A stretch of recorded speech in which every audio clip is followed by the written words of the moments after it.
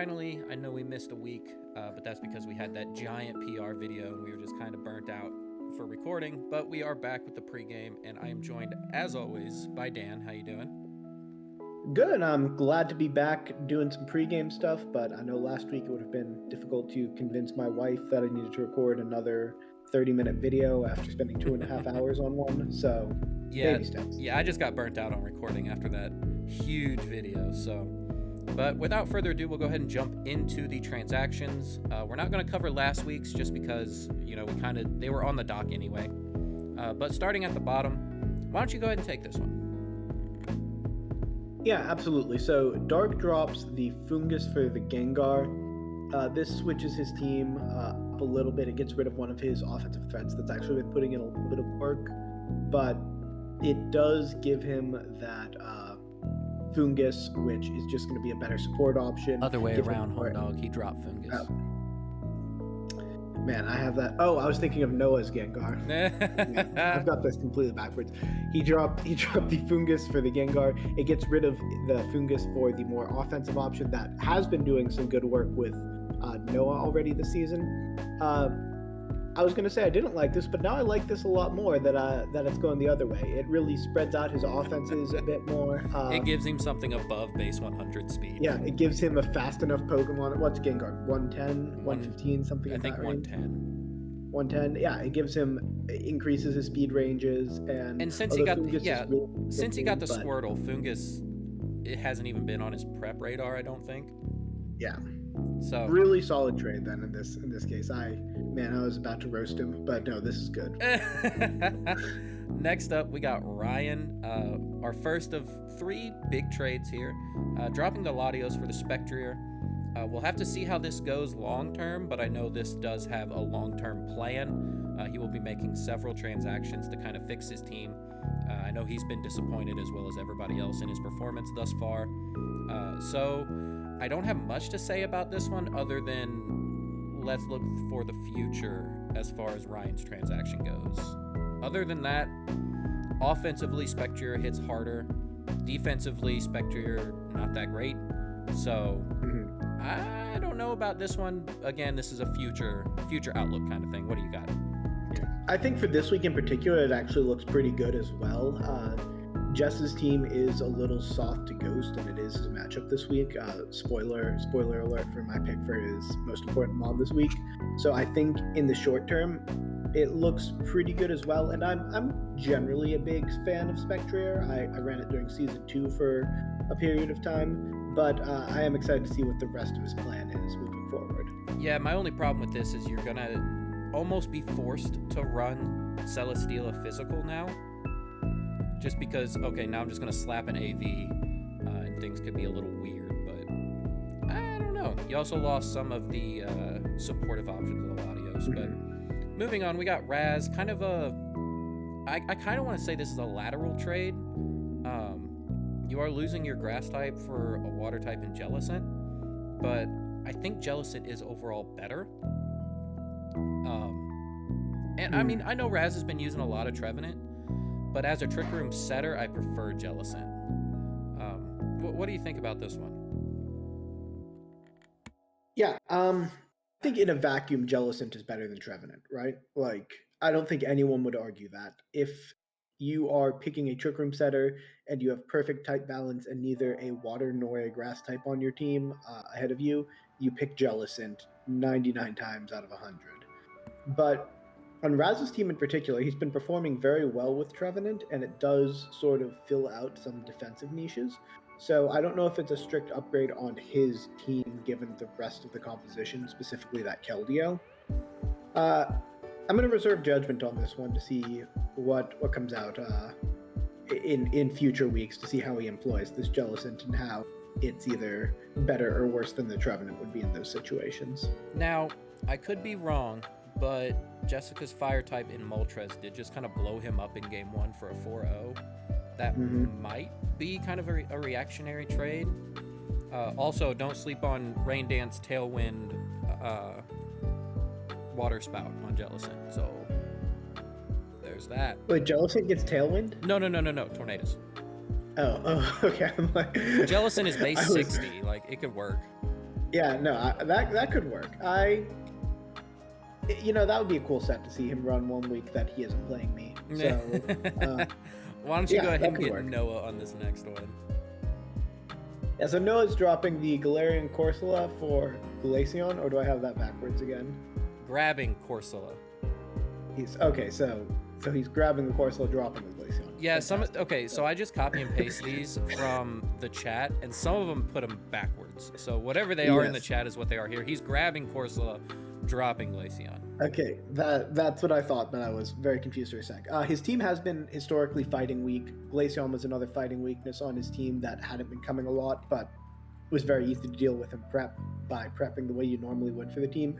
Galarian Corsola gives him a different kind of stally mode that is just annoying for your opponent to deal with. But it does require at least some mental energy and prep, and probably a calc or two, maybe a move or two as well. So I do think it adds more to the opponent's plate when playing him, even if it doesn't come that much compared to the Glaceon. But what do you think? Yeah, I mean, you are helping your fighting weakness, but now you're relatively dark weak. Again, going to rely a lot on that Alcremie because now you have Gengar, Marowak, and Corsola. So, not a huge fan, but under the table, I think he's building a stall team. You know, you got Corsola, you got Cradilly, you got Alcremie, you got Porygon. Yeah, I don't like that. Nope. Glad we already played this season. Same. Honestly. Next up, we have Gumi dropping the Skarmory for a Selgor. I have no idea how I feel about this one. I really don't. I guess next to the Rillaboom, it's okay. Man, I don't know. I mean, I get this is a two-parter. Skarmory's not really an asset that he's using. So, yeah. I mean, sure. But a Selgor, man, I don't know. I have a feeling this is a two-parter because he's on bye this week. So I'm interested to see what the second part of this is, because I believe Palisand is still a free agent. So he might just be going to add an extra mode in his bye week, which I'm not a huge fan of that mode in general, but I do understand the threat that it provides and forces the preparation from your opponent. So that could be something that I see happening. But I'm very interested to see if this is a two-parter. Yep, I'll go ahead and take the next one so you can take mine, but we are dropping Togekiss for Moltres on Hector. This is interesting. Togekiss was his kill leader by a long shot, but Moltres offers him a bit more in the building department, I guess. Mostly because he already had 3 Follow Me users, and he's dropping the Togekiss, so now he's down to 2, and the Pikachu supports the Moltres much like Raichu does, so I get this one, but I don't know how much he'll be hurting for the, I guess, build pressure or just the overall versatility of the Togekiss. But I'm excited for this one. What do you got?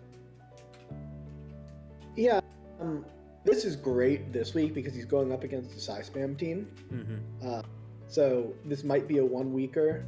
We will see for sure. But I do think that the Moltres has that sort of weakness policy, just max airstream consistency that Togekiss doesn't have, because even Crit Kiss, you're relying on those 50-50 rolls. Moltres, you are going to be able to get it set up pretty consistently and have it deal damage. And the late game specs Moltres is going to be able to clean up a 1v2 much more often than Togekiss will. So depending on how he wants to play, I could see this really working for him.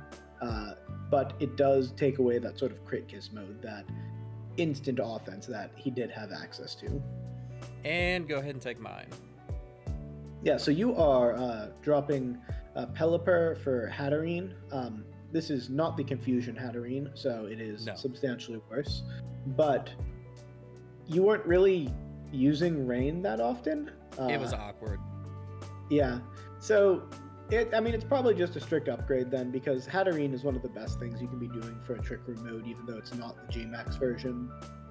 And just having that as a setter that can't be taunted, it's probably just good, since the Pelipper wasn't actively contributing all that much. It does make your Melmetal more susceptible to fire type attacks, but I think that trade-off is worth it to have a more fleshed out Trick Room mode. Yeah, so I was thinking about actually dropping the Dusclops originally, but looking at the rest of my division, there's really not any fire types, so I didn't care. You know, I have to fight a Ninetales this week, but I think that's really about it. So, I don't know. I'm not copying Dina, but what she's doing is working, so yeah, I might as well. So you are copying Dina? Nah, she copied me first with the Melmetal. Okay. Yeah, Melmetal hat. Melmetal hat. Got it. So we're just trading. We're trading intel. You each have one of the good forms. Got it. That's right. All right, moving into our first week of games, we have Hector versus Toxic. This one is interesting. We both picked the dark types, but I picked for Toxic the S-Cav. Again, kind of going in that fire realm. There's not really one here other than the Talonflame. And maybe like an AV S-Cav is really going to be kind of hard to kill for Hector. So I just think the S-Cav has a lot of staying power and can do a lot of work. But for Hector, like we said when we seen the pickup for Moltres, it just looks so good into everything that's not named Zapdos.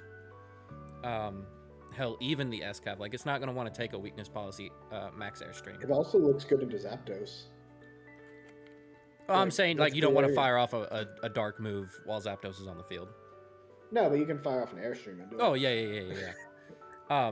But man, you know, you got it just hits a lot of things, and it's bulky enough to take a hit back. But when you're going against Psy-Spam, you got to pick the dark type, which I seen you did pick the other one. So why don't you go ahead and tell me about Crook? Yeah, so Moltres was unavailable, and Crocodile is also a dark type, so I picked Crocodile. But I do think it does have some benefits that Moltres doesn't have. Specifically, I think the S-Cav and the Diggersby are going to be potentially offensive issues that Intimidate is really going to nerf. Same with the Arc Result. So he just has to play around it effectively with the Zapdos to make sure he doesn't just boost the Zapdos up. And on Toxic's end, because I think the Moltres is such a problem, I picked his best Moltres answer, which is this Arc Result. Even if Pikachu's on the field, Icicle Crash doesn't necessarily get redirected on a switch-in, so there's less fear of Pikachu nonsense there. Obviously, if it's already established and can follow me, it's an issue, but the overall bulk of Arc Result gets slept on sometimes, and I do think offensively it lines up decently into Hector's team with his 2 tier 1s both being weak to Electric. Yeah, and since I just played Hector, you watched that. If there's no Pikachu, an unchecked Electric type can do a lot of damage. So, especially one that can boost its speed. So, look forward to this one. It's going to be decent in terms of counterplay. Next up, why don't you go take Ryan and Jess? Yeah, so I mentioned this in the transaction screen, but I think Ryan's best option into Jess is going to be this Spectrier. Specifically because Jess has a similar problem into Ryan's team that she had into my team, in that her best ghost-type answer, which is the Zarude, doesn't line up well into the rest of Ryan's team because it loses hard to Celesteela, Arcanine, and Nidoking. So I do think the Spectrier has a chance to kind of go unchecked into the Mew and Mimikyu and hit it very, very hard. So on Jess's side, I picked the Mew because she started to dip into the support move pool last week with the sort of fake out Quash Mew.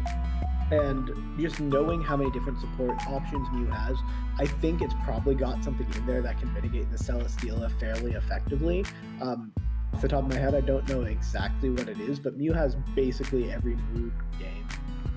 It probably also has like a Snarl set that would work pretty well if it's Scarfed.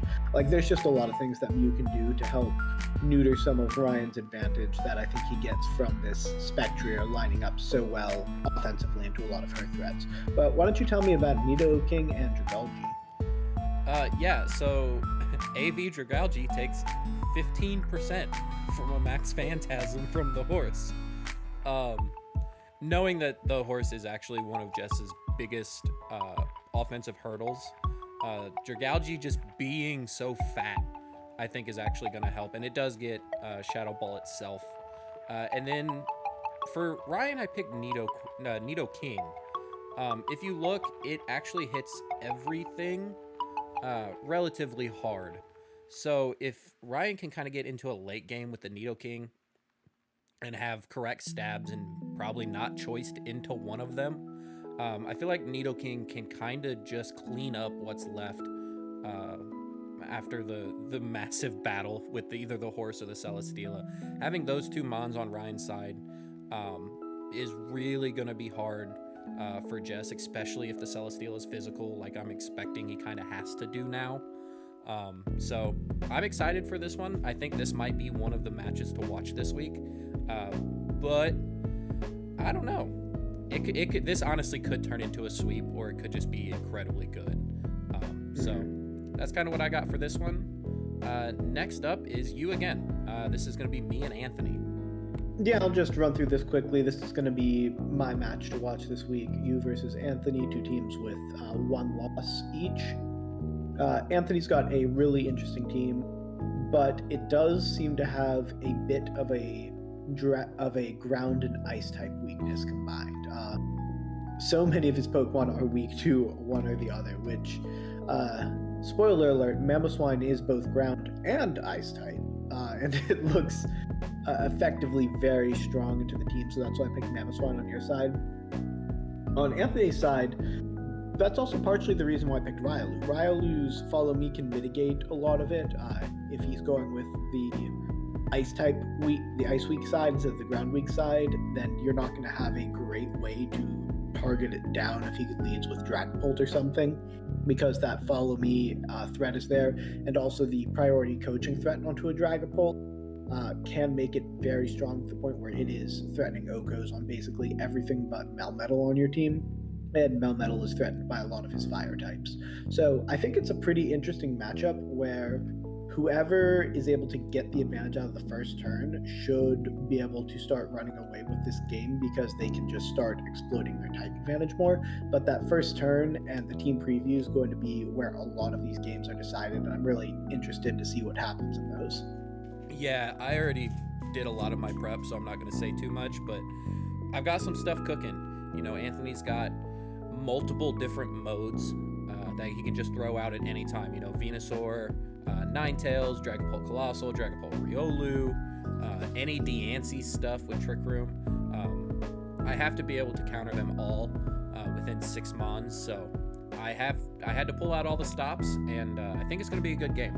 So moving on, it should just be me. Yes, so this is the Dan and John game. This game is interesting, to say the least. So if you look at just Marshadow Thundurus, it kind of counters Dan's big offensive Mons in the Zamazenta and the Kyurem, as well as the Primarina, which is why I picked Silvally here, as it doesn't have like the highest offensive potential, but it could really shore up some of those weaknesses that those top 3 Mons have, and can kind of just do a little bit more defensive checking that Dan might really need in this matchup. You know, nailing down what Johnny's going to do is damn near impossible, so just having some defensive checks to the things that are honestly going to give Dan a lot of trouble, I think is going to fall on that Silvally. And then alternatively, just the Marshadow looks incredibly good with its huge offensive stat, multiple options for tech moves, and then the Spectral Thief looks really good. You know, you throw out Zamazenta, it immediately gets a boost, so it's immediately a target for Spectral Thief.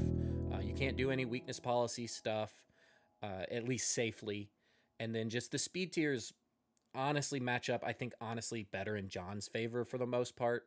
But this one's going to be interesting. I think it's going to be more of a targeting battle for Dan, and John just needs to get things off the field as quick as possible.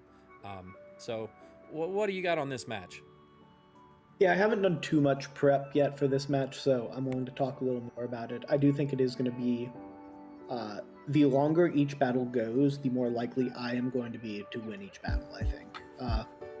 So it's going to be me having to play defensively against a lot of his lead, and then eventually taking over a late game as opposed to me steamrolling him early in the game. So I don't know exactly what I'm bringing yet, but That's sort of my mindset going in. I could be completely wrong. I could just try and beat him in 3 turns each game. But I guess we'll see when we get there. But that's just my initial impression looking at the team sheets. Yeah, I seem to agree. If the long game is definitely in your favor for this one. But moving on, go ahead. We got Dark and Burst. Yeah, so for Burst, I picked Glastrier because it's his best Pokemon, and this is a bad matchup, so I just expect him to have to rely on it. He's had really horrible luck when it comes to his matchups. Like, every matchup in this league so far for him has been subprime, except for the one where Horse just went off. Yeah. Like, I don't know. Victini Corviknight seems really good into a lot of his team.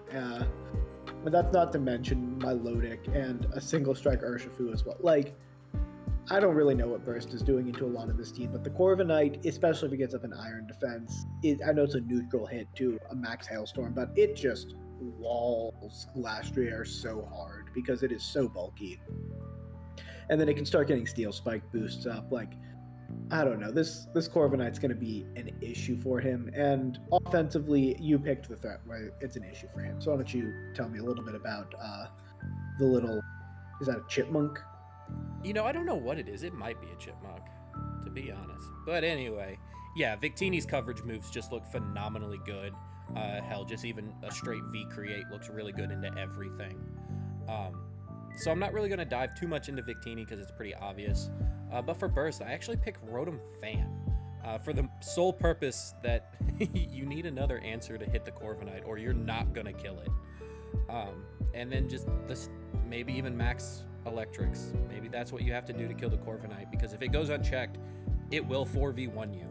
You know, Roost, Iron Head, Body Press, Protect, or Roost, Iron Defense. Like, you're not gonna break this thing, and that could be a real big issue for you. Also, man, I didn't want to pick last year because of the bad matchup. You know, you got Urshifu, Victini, Corviknight, Milotic. It just doesn't look great. But it's a Glastrier. But it's a Glastrier, yeah. I do kind of feel bad for Burst in all of these bad matchups, but they are just so bad right now, and I don't know if they're going to get better. But yeah, try your best. I honestly wanted to put the key thing for Burst here, Dark's prep. I really did. You know, he didn't really change his team up for Tay. I don't know if he did at all, but Dark has to do some prep to win this game, and if he does, I think he honestly kind of will, just because of the matchup. But that might be a key to Burst winning, is just Dark prep. So moving on, we got Razz and Noah. So this is actually low-key my game to watch. Both of these players are middle, and this is going to be key for, honestly, playoff picture, because they're both kind of right now, I think, fighting for wild card. I might be a little off on that, but no, you're right. I think one is... I think they're both 4 and 5, right? Yeah. Yes. So this one's interesting. For Razz, I wanted to pick Keldeo, but seeing how little he's actually used it, I ended up going with the Marowak. You know, it hits a lot of things. T-Tar, Excadrill. It can chunk a Porygon. You know, Max Rockfall hits the Gyarados. It hits the opposing Marowak. Umbreon doesn't want to be taking hits. Alcremie doesn't want to be taking hits. Gengar, like, this thing just hits a lot of what Noah does for really, really good damage. And then alternatively, I actually picked the Gengar because it is an answer to Metagross that isn't the Sand mode that I think can get exploited by the Marowak. So Gengar is interesting. You know, it hits Metagross, it hits the Grimmsnarl, and depending on the set, you know, it can chunk the Regidrago as well. Gengar is interesting, and Noah's been using it a lot here of late, so I'm expecting it to be a decent part of the prep and play. And it's not Fungus. And it's not Fungus, that's right. Oh, why don't you give me the breakdown for this one? So I did pick the Keldeo, even though Razz hasn't used it much, because, like we've said all season, Noah has a fighting weakness, but Noah also has a water weakness. And Gyarados can mitigate both of those, and especially with Intimidate to weaken physical type moves, but Keldeo is a special attacker that is both a fighting and a water type. I don't know, that just seems like the perfect Pokemon into 90% of what Noah wants to do. Like, there are other things that he can do around it, but it just seems so good. And for Noah, I picked this Excadrill because offensively it just looks so good into a lot of what Burst wants to do. And speed control is going to be Razz. huge for him. I mean, yes, Mm. it looks so good into what Razz wants to do. And speed control is going to be so big for him, and just having that instant fastest thing on the field that can outspeed a Metagross under Tailwind and threaten it, I think is going to be very, very solid for him. I agree with you. This is another very interesting match. The loser has a decent chance of falling out of the playoff picture and having to claw their way back in, while the winner will solidify themselves pretty strongly into at least that wildcard spot. So this is a big swing match as well. So either this or you versus Anthony, one in each division, is going to be a really, really important match to watch. Yeah, so I almost wanted to pick Alcremie just because it's been the going rate. You're going to have to lean on Alcremie for this one again. Outside of the Metagross, of course. But that's our last one. So yeah, for the games of the week, we got, for you, probably me and Anthony, and for me, I'm going to pick Razz and Noah. These are two very important games for playoff pictures. For the blue division, the one spot is looking super, super important because you don't want to go against me, Anthony, or Hector in round one of the playoffs. And this one is looking important because you just want to make it into playoffs. The one spot and the two spot are kind of looking locked at the moment, but this one's going to be important. So, any closing words? No, not really. I think this is going to be a pretty interesting week, and we're going to start seeing some playoff paths starting to solidify. We'll see the term must win start being thrown around next week, probably at some point. Mm-hmm. So we're really getting into the heart of the season here. For sure. Without anything else, I guess that'll do it. So we will see you in the next one. Peace.